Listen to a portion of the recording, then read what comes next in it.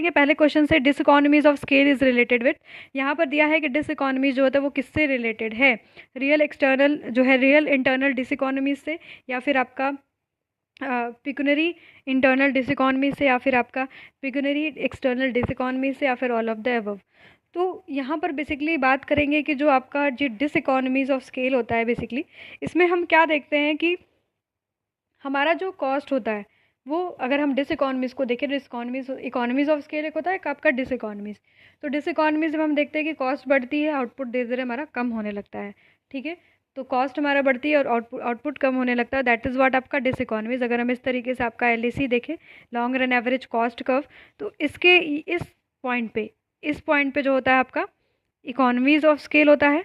ठीक है, इस पॉइंट पे, इस मतलब ये इस पूरे में, क्योंकि आपका जैसे जैसे अगर आपका आउटपुट बढ़ेगा वैसे वैसे आप देखेंगे कि कॉस्ट आपकी धीरे धीरे कम होने लगती है। फिर एक सबसे मिनिमम कॉस्ट पे आप पहुंचते हो, वहाँ पर आपको कांस्टेंट रिटर्न टू स्केल मिलता है।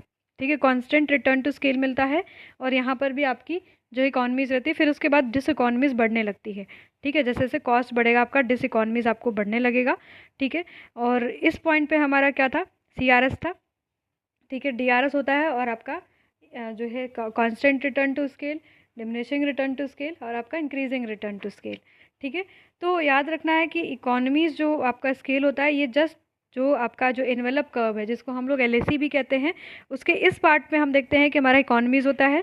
फिर जस्ट इसके आफ्टर जो है हमने जब जहाँ पर कांस्टेंट रिटर्न टू स्केल जहाँ अचीव किया था, उसके बाद जस्ट हमारा क्या होता है, डिसइकोनॉमीज हमें मिलने लगता है।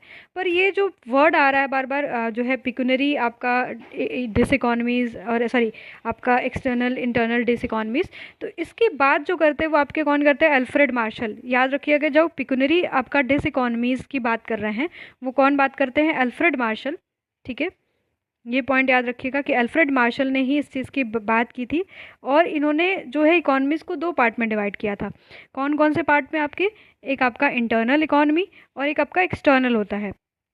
और ये जो वर्ड है ना पिक्यूनरी, ये भी आपके किसके द्वारा दिया गया है, अल्फ्रेड मार्शल के द्वारा दिया गया है। जैसे अगर हम बात करें रियल इंटरनल जो इकोनॉमीज़ होती है, जैसे आपकी इकोनॉमी मतलब आपके फर्म में अगर आप टेक्निकल अच्छे हो जा रहे हो, मार्केटिंग अच्छा है, आपका बिजनेस, आपका लेबर अच्छा हो रहा है, जो मैनेजरियल पोस्ट है वो भी अच्छे से काम कर रही है, ट्रांसपोर्ट अच्छा है, स्टोरेज अच्छा है, तो आपको इकोनॉमीज़ मिलेगा, मतलब आपका कॉस्ट कम होगा और आउटपुट ज़्यादा निकाल पाओगे आप। पर अगर हम एक्सटर्नल इकोनॉमीज़ की बात करें, तो एक्सटर्नल इकोनॉमीज़ में बेसिकली क्या होता है कि कंसंट्रेशन जो होता है आपका, लोकलाइजेशन अच्छा होता है, इन्फॉर्मेशन अच्छी होती है, डिसइंटीग्रेशन होता है, तो ये सारे क्या फैक्टर्स है एक्सटर्नल इकोनॉमीज़। याद रखिएगा कि इकोनॉमीज़ जो वर्ड है इसमें हमारी कॉस्ट कम होती है। ठीक है, इसको याद करने के लिए बता दे रही हूँ मैं, इकोनॉमीज़ में हम क्या देखते हैं, कॉस्ट कम और आउटपुट ज़्यादा। ठीक है, तो ये जो एफिशिएंसी हम कैसे गेन कर पाएंगे, जब हमारा इंटरनल इकोनॉमीज़ होगा या फिर एक्सटर्नल होगा। ठीक है, और जब पिक्यूनरी आपका इकोनॉमीज़ होता है, इसमें big firms get raw material at low prices. ठीक है, and they buy in bulk. Basically जो ये वर्ड है इसका मतलब ये होता है, अगर पिक्यूनरी अगर इकोनॉमीज़ की बात किया जा रहा है, तो यहाँ पर जो बड़े बड़े फर्म्स होते हैं वो रॉ मटेरियल्स क्या करते हैं, बल्क में खरीद लेते हैं। क्यों, क्योंकि उनका कॉस्ट उनको कम पड़ रहा है, लो प्राइसेस पे वो खरीद रहा है। ठीक है, तो यहाँ पर बोला है कि डिसइकोनॉमीज ऑफ स्केल रिलेटेड टू, तो किससे यहाँ पर डिसइकोनॉमीज बेसिकली रिलेट करता है, तो ये याद रखिएगा, रियल आपका जो इंटरनल डिसइकोनॉमीज़ है उससे ये रिलेट करता है, रियल। ठीक है, यहाँ पर पिक्यूनरी वर्ड नहीं यूज़ होगा, पिक्यूनरी वर्ड हम किस में यूज़ करते हैं, आपके बेसिकली आपके इकोनॉमीज़ की बात करते हैं। पिक्यूनरी जो वर्ड है वो इकोनॉमीज़ ही होता है। ठीक है, इकोनॉमीज़ ऑफ एक्सटर्नल डिसइकोनॉमीज़ की बात कर रहा है वो। ठीक है, ओके, जबकि रियल इंटरनल डिसइकोनॉमी ये पर्टिकुलर आपके डिसइकोनॉमी क्रिएट कर रही होगी। ये इसमें भी 2 पार्ट होते हैं, कि आपके इंटरनल डिसइकोनॉमी, एक्सटर्नल डिसइकोनॉमी। इंटरनल डिसइकोनॉमीज़ कैसे हुई, जैसे आपने जो सिचुएशन देखी थी, जो इंटरनल आपकी इकोनॉमीज़ थी, जैसे उसका अपोजिट, जैसे इनएफिशिएंसी ऑफ मैनेजमेंट आपका अच्छा नहीं है, टेक्नोलॉजी अच्छी नहीं है, प्रोडक्शन अच्छा नहीं है। तो जब डिसइकोनॉमी होगी बेसिकली, जब डिसइकोनॉमीज़ होगी, तो हम ये देखेंगे कि इसमें हमारी कॉस्ट ज़्यादा लग रही होगी और आउटपुट क्या हो रहा होगा, कम निकल रहा होगा। ठीक है, आउटपुट आपका कम हो जाएगा। क्यों हो रहा है ऐसा इनएफिशिएंसी, क्योंकि मैनेजमेंट आपका अच्छा नहीं है, आपका टेक्नोलॉजी जो है वो अच्छी नहीं है। ठीक है, प्रोडक्शन अच्छा नहीं हो रहा है, मार्केटिंग अच्छी नहीं हो रही है, ये सब इंटरनल फैक्टर्स हो गए। वैसे ही बहुत सारे एक्सटर्नल फैक्टर होते हैं जो कि आपके इकोनॉमी, आपके जो फर्म है, आपके डिसइकोनॉमीज़ को भी क्रिएट करते हैं, जैसे पोल्यूशन। ठीक है, पोल्यूशन लेवल, ओके, और क्या है, स्ट्रेन ऑन इंफ्रास्ट्रक्चर, और आपका हाई फैक्टर जो है प्राइजेस, ये सारे को क्या है, एक्सटर्नल डिसइकोनॉमीज को क्रिएट करते हैं। तो ये पॉइंट याद रखिएगा कि जो रियल इंटरनल डिसइकोनॉमी है, इसी को हम लोग क्या बोलते हैं, आपका डिसइकोनॉमी कहते हैं। ऑप्शन नंबर यहाँ पर ए करेक्ट हो जाएगा। इस पॉइंट को पक्का से याद रखिएगा। क्लियर। क्वेश्चन नंबर जो है सेकंड देख लेते हैं। In case of inferior good the income effect is, आपके इन्फीरियर गुड के केस में जो हमारा इनकम इफेक्ट क्या होगा उसको हम समझेंगे। बेसिकली अगर हम बात करें यहाँ पर, तो ये किस इनकम की बात करता है, यहाँ पर रियल इनकम की, ठीक है, रियल इनकम, ठीक है, की बात करता है, एब्सोल्यूट इनकम की बात नहीं करता। रियल इनकम क्या होती है, आपकी परचेजिंग पावर को जिसको बताती है, ठीक है। रियल इनकम क्या बता रही है, परचेजिंग पावर। अगर हम इसको एग्जाम्पल से समझे, सपोज कि एक वाई गुड है जिसका कि प्राइस 12 रुपीज़ था, ओके, इसका 12 रुपीज़ था, तो बेसिकली आपकी अभी रियल इनकम तो डिटरमिन नहीं होगी। सपोज इसकी प्राइस जो है गिर के जो है 8 रुपये हो गई, तो यहाँ पर आपकी रियल इनकम क्या हो रही है, बढ़ रही है, यानी आप ज़्यादा यूनिट्स ऑफ वाई को परचेज कर पा रहे हो। आपके पास जो भी इनकम है, ठीक है, आपके जो भी इनकम है वाई, उससे अब ज़्यादा आप यूनिट्स ऑफ जो है वाई को परचेज कर पाओगे। That is what real income, यानी अगर आपकी परचेजिंग पावर को घटाए बढ़ाए, वो आपकी रियल इनकम को डिनोट करता है। यानी आप अब ज़्यादा यूनिट्स ऑफ क्या कर रहे हो, वाई को परचेज कर पाओगे, क्योंकि उसका जो प्राइस है वो कम हो चुका है, ठीक है।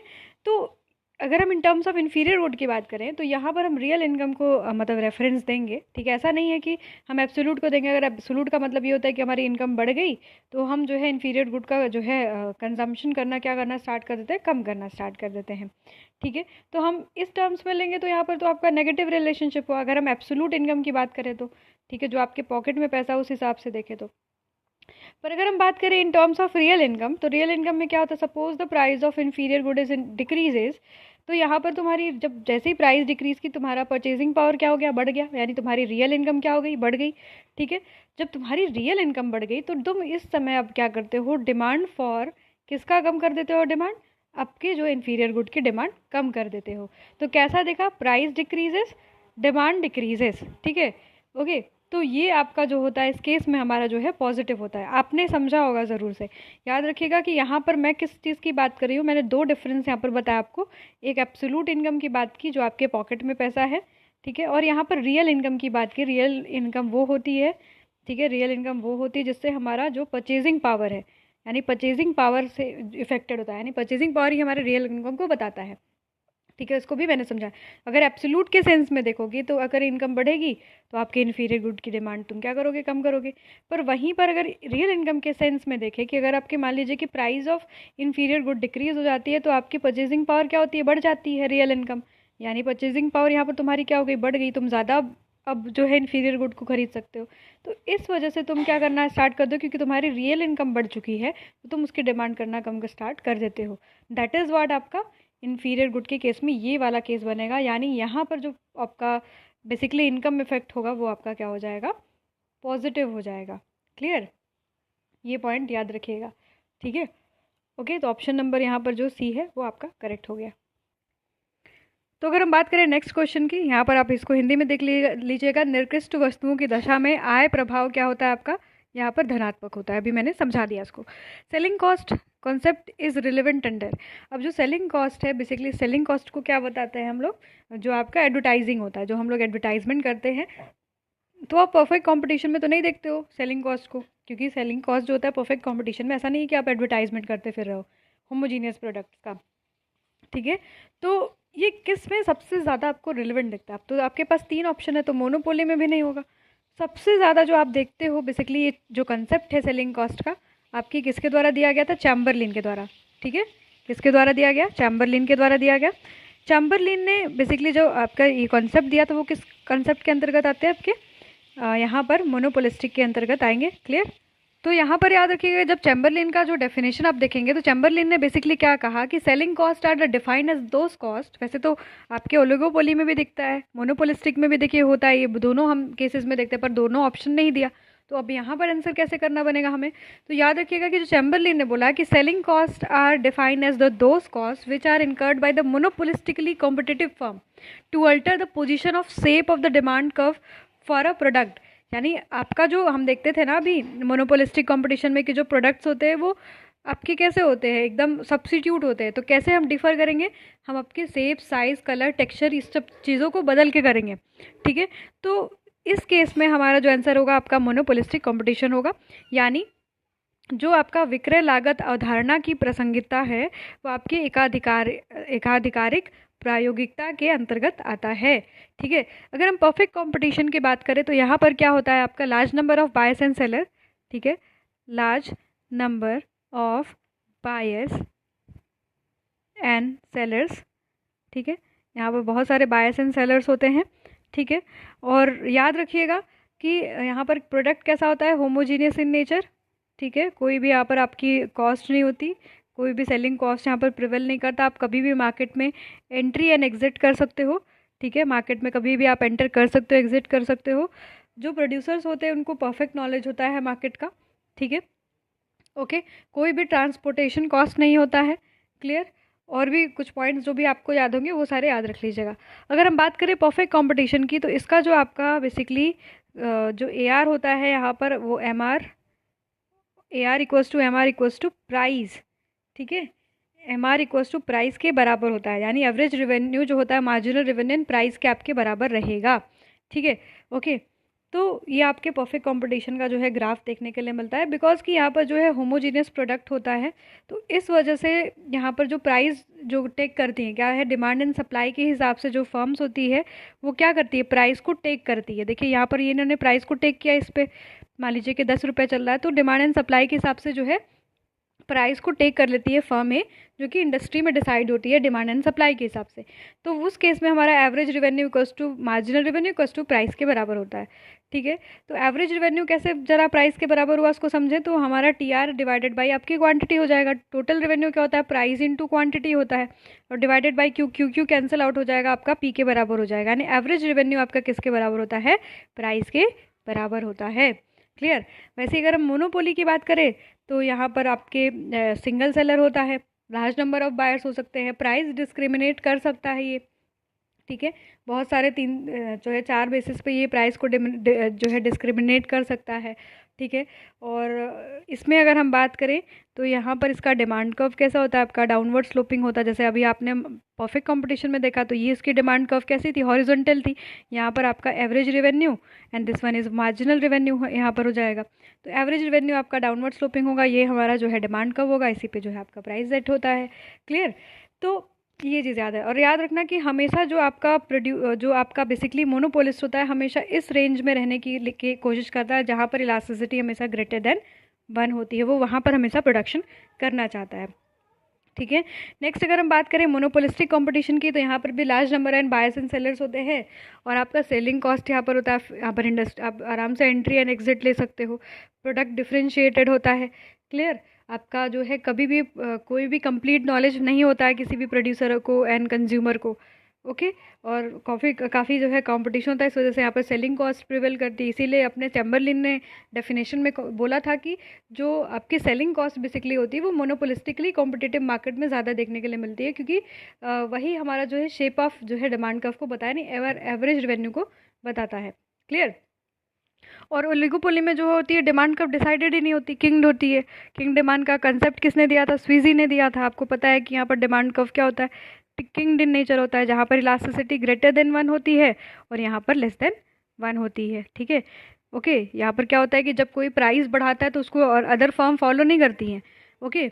और दूसरा जब जैसे ही वो प्राइस घटाता है सारी फर्म्स यहाँ पर फॉलो करती है। तो ओलिगोपोली मार्केट का हम क्या एग्जांपल देखते हैं, जो कार की कंपनीज होती है बेसिकली वो ओलिगोपोली में आती है, क्योंकि गिनी चुनी है 10-12, ठीक है। यहाँ पर फ्यू जो होते हैं सेलर्स होते हैं, थोड़ा सा रिस्ट्रिक्टेड एंट्री होता है क्योंकि बहुत सारा कैपिटल चाहिए ना वहाँ पर जाने के लिए।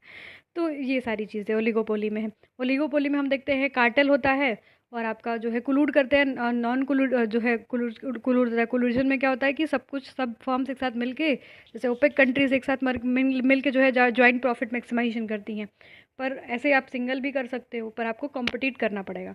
तो ये आगे के और लेक्चर्स में हम इसका भी समझ लेंगे, ठीक है। तो यहाँ पर जो ऑप्शन नंबर यहाँ पर C होगा वो करेक्ट होगा, ओके, इसको नोट कर लीजिएगा। Which of the following is related to Engel curve, Engel curve किससे रिलेट कर रहा है।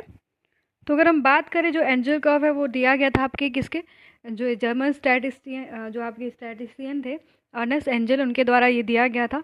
ये बेसिकली रिलेशन बताता है किसके बीच में, the demand for the good and income of the consumer. जैसे जैसे मान लीजिए, अगर मान लीजिए कि नॉर्मल गुड है, ठीक है, अगर इनकम जो कंज्यूमर की इंक्रीज़ करेगी, ठीक है, तो डिमांड भी क्या होगी उसके लिए, बढ़ेगी।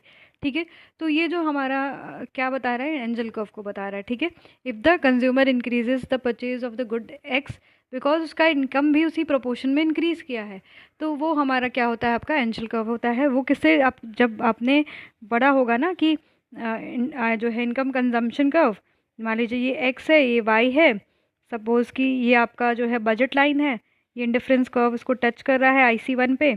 फिर जैसे ही आपका मान लीजिए बजट बढ़ाए, क्योंकि आपकी इनकम बढ़ेगी, तो बजट लाइन जो है आउटवर्ड शिफ्ट करेगी, तो उस पॉइंट पे जो है कंज्यूमर किस इक्विलिब्रियम पे होना है, नेक्स्ट आपका इक्विलिब्रियम का केस बनेगा, जहाँ पर कि IC जो है 2 टच करेगा आपके, मान लीजिए कि ये आपका पॉइंट डबल पॉइंट ले लीजिएगा, ठीक है, इस पॉइंट को टच कर रहा होगा। क्लियर? तो इस तरीके से हम देख सकते हैं कि कंज्यूमर क्या है, दोनों गुड्स पे, एक्स एंड वाई गुड्स पे सेम जो है खर्च कर रहा है। क्यों? क्योंकि उसकी इनकम बढ़ रही है और उसका जो है एक्स एंड वाई का कंजम्पशन भी बढ़ रहा है। और दोनों गुड्स कैसे है, नॉर्मल गुड है। ठीक है, दोनों गुड कैसे है, नॉर्मल गुड है। तो डेरिवेशन कैसे हुआ, ये डिराइव जो होता है आपके, किससे होता है, आपके याद रखिएगा कि किससे हुआ, जो है इनकम कंजम्पशन कर्व से हुआ। दैट इज़ व्हाट आपका एंजल कर्व। तो ये जो है आपका ऑप्शन नंबर क्या करेक्ट हो जाएगा, सी हो जाएगा। यानी यहाँ पर प्रतिस्थापन की घटती सीमांत, नॉट प्रतिस्थापन की घटती सीमांत दर से नहीं होगा, ये आय उपभोक्ता वक्र से जो है आपका रिलेटेड है। ठीक है, ऑप्शन नंबर यहाँ पर सी करेक्ट हो जाएगा। क्लियर? तो यहाँ पर क्वेश्चन नंबर, अगर हम फिफ्थ को देखें, विच of the following is not an assumption of indifference curve. तो यहाँ पर आपके कौन सा अजम्पशन नहीं है इंडिफरेंस कर्व का? तो क्या वीक ऑर्डरिंग है, यानी कमज़ोर क्रमवाचकता है, या फिर आपका यहाँ पर आपका कांस्टेंट इनकम है, या फिर आपके परफेक्ट डिविजिबिलिटी ऑफ गुड्स है, या फिर आपका ऑर्डिनल यूटिलिटी अप्रोच के अंतर्गत ये आता है। तो याद रखिएगा कि कौन कौन सा अजम्पशन है। तो यहाँ पर जो इंडिफरेंस कर्व का अजम्पशन होता है कांस्टेंट इनकम। ठीक है, आप देखते हैं ना कि बजट टाइप की लाइन डिसाइडेड होती है, आप उसके पे एक पर्टिकुलर पे आपका जो है टच करता है, ये आपकी कांस्टेंट इनकम को बता रहा है, मतलब इस पे बेस्ड होता है basically. Perfect divisibility of goods, जब हम गुड्स की डिविजिबिलिटी की बात करते हैं, सपोज़ कि हर पार्ट में आप उस गुड्स को डिवाइड कर सकते हो। ठीक है, यहाँ पर 1 पे, 1.5 पे, 1.75 पे, तो ये स्ट्रॉन्ग, मतलब इसमें परफेक्ट डिविजिबिलिटी होती है प्रोडक्ट गुड्स की। आपका ऑर्डिनल इन नेचर है, कैसे आप पढ़ते हो ना, एक आपका कार्डिनल यूटिलिटी अप्रोच था और एक आपका ऑर्डिनल यूटिलिटी अप्रोच था। तो जो कार्डिनल यूटिलिटी अप्रोच था, इसमें हम नंबर्स में मेजर करते थे, जिसमें हम लोग law of diminishing marginal utility पढ़े है ना, और इक्वी मार्जिनल यूटिलिटी पढ़े। डिमिनिशिंग को क्या करते थे, गॉसेन का फर्स्ट लॉ, सेकेंड को इक्वी मार्जिनल यूटिलिटी को गॉसेन का सेकेंड लॉ भी कहते थे।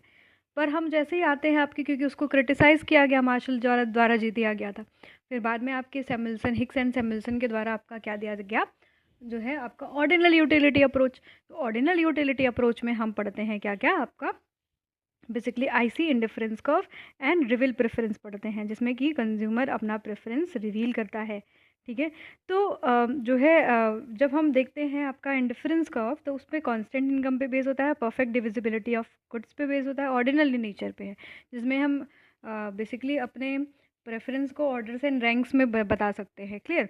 पर ये वीक ऑर्डरिंग पे बेस्ड है, यस वीक ऑर्डरिंग पे तो ये बेस्ड है, पर ये वीक ऑर्डरिंग का जो है अजम्पशन लेके नहीं चलता है। What is week ordering? अगर आप देखेंगे तो जब रिवील प्रेफरेंस आप पढ़ते हो, ठीक है, जब रिवील प्रेफरेंस पढ़ते हो उसमें 2 ऑर्डरिंग होता है, एक आपका स्ट्रॉन्ग ऑर्डरिंग रिवील प्रेफरेंस होता है और एक आपका होता है वीक ऑर्डरिंग रिवील प्रेफरेंस। है क्या ये तो जब अगर हम वीक ऑर्डरिंग देखते हैं, तो वीक ऑर्डरिंग में क्या होता है, जब कंज्यूमर को सपोज एक गुड पसंद है, उसके अलावा उसको और 4 गुड भी और पसंद होता है, ठीक है, 4-5 गुड और भी पसंद होता है। पर स्ट्रॉन्ग ऑर्डरिंग में मान लीजिए, जो सपोज़ कि मुझे जो है एप्पल का फ़ोन पसंद है, तो मुझे वही पसंद है, उसके अलावा और कोई भी, और ओप्पो, वीवो और कोई कुछ नहीं पसंद है। तो स्ट्रॉन्ग ऑर्डरिंग जो रिवील प्रेफरेंस होता है, उसमें और कंज्यूमर को कुछ नहीं पसंद होता है।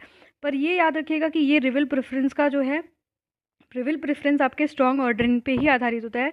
वीक ऑर्डरिंग पे आपके इंडिफरेंस कर्व होता है, क्योंकि आप देखो ना, अगर यहाँ पर ये एक्स एंड वाई है और ये आपका ये इंडिफरेंस कर्व है, तो आप जब मन करे तब तुम जो है वाई को कम कर सकते हो उसका कंजम्पशन, और वाई का कंजम्पशन बढ़ा सकते हो, और एक्स का कंजम्पशन कभी कम कर सकते हो और वाई का जो है बढ़ा सकते हो, उल्टा मतलब वाई से इन्वर्सा कर सकते हो। ठीक है। तो आप देख रहे हो कि यहाँ पर जो है वीक ऑर्डरिंग हो रहा है, मतलब आपको ये भी पसंद हो सकता है, ये भी पसंद हो सकता है, इसके अलावा ये भी पसंद हो सकता है। तो ये सारी चीज़ें हैं, मतलब आपको इसके अलावा आप अगर मान लीजिए आप ये चूज़ किए हो तो आप सपोज़ इसको आपको ये भी पसंद हो सकता है।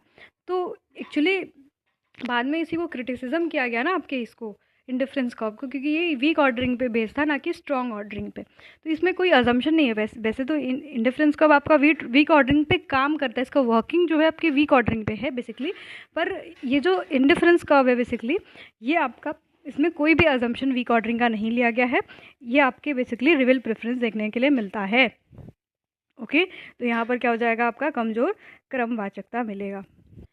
तो अगर हम क्वेश्चन नंबर 6 देखें, the sale maximization model was propounded by, तो ये किसके द्वारा जो है प्रोपाउंड किया गया था, तो जो theory of sales and revenue maximization जो है वो किसका है, बॉमल का है। तो ऑप्शन नंबर यहाँ पर सी करेक्ट हो जाएगा। क्लियर।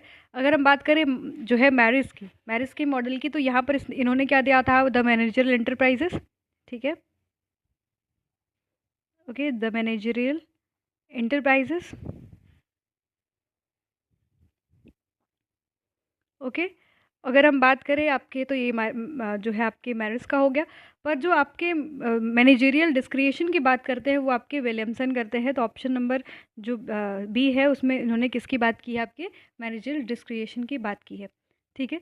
तो आई थिंक ये आपके लिए उतना इंपॉर्टेंट नहीं क्वेश्चन है, पर ठीक है, आप लोग नोट कर लीजिएगा। नेक्स्ट क्वेश्चन देखेंगे। नेक्स्ट क्वेश्चन है हमारा, the concept of social save short run average variable cost curve is introduce by. तो याद रखिएगा कि ये जो सोशल सेव जो आपका मतलब कटोरी के शेप में बेसिकली आपका जो short run average cost curve होता है, इस तरीके से हम देखते हैं इसको। ठीक है, थोड़ा सा इस तरीके से बना लीजिएगा। ये आपका एक्चुअली आता है मॉडर्न कॉस्ट थ्योरी में। ठीक है, इसको हम लोग कहाँ पर पढ़ते हैं, मॉडर्न कॉस्ट थ्योरी में। ओके। और ट्रेडिशनल जो है कॉस्ट थ्योरी क्या थी, ट्रेडिशनल कॉस्ट थ्योरी में हम देखते हैं कि इस शेप में आपका ऐसे जो है वीसी होता है। ठीक है, मार्जिनल कॉस्ट इस तरीके से होता है। तो ये आपका क्या है, ट्रेडिशनल कॉस्ट, ट्रेडिशनल है, जिसमें हमने क्या देखते हैं, हम लोग देखते हैं कि आपका एक्सेस कैपेसिटी से लोग काम करते हैं। एक्सेस कैपेसिटी क्या होता है कि सपोज़ कि हम इतना प्रोड्यूस कर सकते हैं, इस मतलब यहाँ तक प्रोड्यूस कर सकते हैं, मान लीजिए ये मिड पॉइंट ले लीजिए, यहाँ तक हम प्रोड्यूस कर सकते हैं, पर एक्चुअली हम प्रोड्यूस कितना करते हैं, इतना ही करते हैं। ठीक है, तो यहाँ पर जो काम करता है वो आपका एक्सेस कैपेसिटी करता है। ठीक है, एक्सेस कैपेसिटी वर्क करता है, ये ट्रेडिशनल है। जबकि सोशल शेप में हम देखते हैं कि रिजर्व कैपेसिटी जो है काम करता है, जिसको हम लोग लोड फैक्टर भी कहते हैं। ये आपका यहाँ पर काम करता है, रिजर्व कैपेसिटी जो है यहाँ पर वर्क करता है। क्लियर। तो ये आपका जो है short run average cost curve जो किस शेप में होता है, सोशल शेप में होता है। कौन से वाले थ्योरी में हमने पढ़ा इसको, लॉन्ग रन कॉस्ट थ्योरी में पढ़ा। किसने दिया था ये, आपके स्टिगलर ने दिया था। ठीक है, ये जो है स्टिगलर के द्वारा दिया गया था। और बेसिकली हम यहाँ पर देखते हैं कि मार्जिनल कॉस्ट इस तरीके से आपका जाता है। ठीक है, और फिर आपका ये मार्जिनल कॉस्ट यहाँ पर इस तरीके से मर्ज होता है, और ऐसे वीसी यहाँ पर आपका रहता है शॉर्ट शेप में। और जस्ट इसके नीचे आपकी होती है रिजर्व कैपेसिटी। क्लियर। यानी ये मान लीजिए मार्केट का ये 2/3 भी हो सकता है, आपका 3/4 भी हो सकता है। मतलब मार्केट जो टोटल कैपेसिटी है उसका यहाँ पर जो प्रोड्यूसर होगा वो 2/3 या फिर 3/4 जो है प्रोड्यूस करता है इस वाले पोजीशन में। ठीक है, आई थिंक आपको ये समझ में आया होगा। तो याद रखिएगा कि सोशल शेप जो शॉर्ट रन जो है एवरेज वेरिएबल कॉस्ट कर्व है वो किसके दिए द्वारा इंट्रोड्यूस किया गया था, स्टिगलर के द्वारा दिया गया था। नेक्स्ट क्वेश्चन हम देखेंगे, who has given the concept of input output technique. Input output technique किसने दिया है। नेक्स्ट हमारा क्वेश्चन है, who has given the concept of input output. ये बता चुके, ऑलरेडी क्वेश्चन पढ़ चुके। ये याद रखिएगा, लियोनटिफ के द्वारा दिया गया था इनपुट आउटपुट टेक्निक को। ये भी आपके एग्जाम के लिए इंपॉर्टेंट रहेगा, तो ऑप्शन नंबर डी करेक्ट है। नेक्स्ट हमारा क्वेश्चन है, shift of LM curve takes place due to. किस कारण से आपका जो एलएम कर्व है वो शिफ्ट होता है, इसको हम समझते हैं। तो अगर हम बात करें, देखिए आईएस कर्व आपका क्या होता है, डाउनवर्ड स्लोपिंग। ठीक है, ये आपका जीडीपी होता है। ठीक है, और ये आपका इंटरेस्ट रेट होता है। ठीक है, पर अगर हम बात करें एलएम कर्व की, तो एलएम जो होता है अपवर्ड स्लोपिंग होता है। क्लियर। ओके, जैसे जैसे इंटरेस्ट रेट बढ़ती है वैसे वैसे आपकी जो है रियल जीडीपी बढ़ते जाती है। क्लियर। अब हम बात करें कि जो एलएम कर्व है वो शिफ्ट क्यों होगा आपके बेसिकली राइट की तरफ। जो आपका एलएम कर्व है वो आपकी एलएम डैश पे क्यों जाएगा, उसको समझते हैं। तो क्योंकि आपका यहाँ पर जो मनी सप्लाई है, ठीक है, अगर हम बात करें, ये आपका मनी सप्लाई कर्व होता था, इसी से डिराइव होता था ये आपका। यहाँ पर सपोज़ कि यहाँ पर आपका ये मनी डिमांड है, ठीक है, डिमांड फॉर मनी। ओके, जैसे ही हम मनी सप्लाई को इंक्रीज़ कर देंगे तो हमारा जो इंटरेस्ट रेट है वो आपका क्या हो जाता है, मनी डिमांड हमारी क्या हो जाती है, डिक्रीज़ कर जाती है। ओके, और जो प्राइस एक्सपेक्टेशन है, इन्फ्लेशन जो होता है वो राइज़ कर जाता है, क्योंकि मनी सप्लाई बढ़ गई, तो मनी सप्लाई बढ़ेगी तो इन्फ्लेशन बढ़ेगा। इस वजह से मनी सप्लाई के इंक्रीज़ होने की वजह से याद रखिएगा कि LM कर्व आपका क्या हो जाता है, शिफ्ट कर जाता है। ओके, तो यहाँ पर जो ऑप्शन करेक्ट हो जाएगा, क्योंकि इंक्रीज़ इन मनी सप्लाई की होने की वजह से आपका क्या बढ़ गया, LM कर्व जो है शिफ्ट हुआ।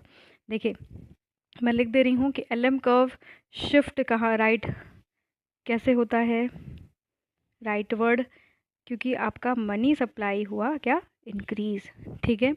डिमांड फॉर मनी क्या थी, डिक्रीज़। ओके ओके, और यहाँ पर क्योंकि जब मनी सप्लाई बढ़ेगी तो यहाँ पर इन्फ्लेशन आपका क्या हो जाएगा, यहाँ पर बढ़ जाएगा। पर अगर हम बात करें जो LM कर्व है वो शिफ्ट टुवर्ड्स लेफ़्ट, लेफ़्ट की तरफ क्यों शिफ्ट करेगा, क्योंकि मनी सप्लाई डिक्रीज़ हो रही होगी। Okay, demand for money increase हो रही होगी। जब डिमांड फॉर मनी बढ़ेगी और मनी सप्लाई कम हो रहा होगा तो इन्फ्लेशन आराम से आपका कम हो जाएगा। तो ये पॉइंट आप लोग नोट कर लीजिएगा। लास्ट क्वेश्चन देखेंगे। Okay, the theory demand equation in Milton Friedman quantity theory of money does not contain, very important question. Okay, Milton Friedman ने, याद रखिएगा कि MV इक्वल्स टू PT, ये इक्वेशन दिया था, ठीक है। और यहाँ पर जो M होता था वो आपका मनी सप्लाई, ठीक है, money supply quantity theory of money first time given, तो आपके इन्होंने किया था पैसा आपके जो है दीवान जट्टी के जस्ट बाद, ठीक है। V जो है आपके वेलोसिटी ऑफ मनी है, ठीक है, ये आपके वेलोसिटी है मनी का। P जो है आपका जर्नल प्राइस लेवल, ठीक है, ये प्राइस लेवल को डिनोट करता है। और T जो है आपका ऑल ट्रांजैक्शन, जो सारे ट्रांजैक्शन इकोनॉमी में हो रहे हैं वो आपके T को डिनोट करता है। इनका इक्वेशन बहुत इंपॉर्टेंट है आपके एग्ज़ाम के लिए, ठीक है, क्योंकि ये जो है प्रीवियस ईयर पेपर में भी पूछा हुआ है। तो इस वजह से जो है इस बेसिकली इनके इक्वेशन को ज़रूर से, इनके थ्योरी को ज़रूर से पढ़ लीजिएगा, इंपॉर्टेंट रहेगा। तो इन्होंने बोला कि क्या यहाँ पर जो है इनके थ्योरी में कंटेन नहीं है, ठीक है। तो अगर हम बात करें तो यहाँ पर money demand, demand side equation था इनका बेसिकली, जो है फोकस किस पे करते थे, आपके आपके ये फोकस करते थे किस पे, एक्सचेंज, मतलब जो money as a medium of exchange पे फोकस करते थे। स्टोर वैल्यू पे कैम्ब्रिज वालों ने फोकस किया था, ठीक है, जो कि कैश बैलेंस अप्रोच था। आगे कभी लेक्चर्स में हम उसको पढ़ा देंगे। तो यहाँ पर YPRB RE और PEWNU क्या है ये, तो यहाँ पर जो आपका मनी डिमांड, जो स्टॉक ऑफ मनी डिमांड कर रहे हो तुम, उसका किसका फंक्शन है, आपके परमानेंट इनकम का, प्राइस लेवल का फंक्शन होता था। रिटर्न ऑन बॉन्ड पे, जो बॉन्ड पे हमें रिटर्न मिल रहा है उसका फंक्शन है। जो हम इक्विटी से यील्ड मिलता है हमें, वो उसका भी फंक्शन है। ओके, एक्सपेक्टेड प्राइस का भी मतलब फंक्शन होता था। जो है आपका ratio of non human to human wealth का आपका रेशियो होता था। टेस्ट एंड प्रेफरेंस का भी आपका फंक्शन है ये। पर यहाँ पर किसका फंक्शन नहीं है, आपके लेवल ऑफ लिक्विडिटी का फंक्शन नहीं है। तो इस वजह से आपका जो है ऑप्शन नंबर यहाँ पर डी करेक्ट हो जाएगा। काफ़ी डेप्थ में क्वेश्चन है ये, तो आप लोग मिल्टन फ्रीडमैन की थ्योरी को इंपॉर्टेंट मैं कहूँगी ज़रूर पढ़ लीजिएगा। LM भी यहाँ पर देख लीजिएगा, IAS LM, ये भी इंपॉर्टेंट रहेगा। ओके, नेक्स्ट और वीडियोस में ऐसे ही हम और भी क्वेश्चंस को कवर करते रहेंगे। अगर आपको वीडियो पसंद आया होगा तो लाइक शेयर सब्सक्राइब ज़रूर कर लीजिएगा, बेल आइकन प्रेस करना नहीं भूलिएगा। धन्यवाद।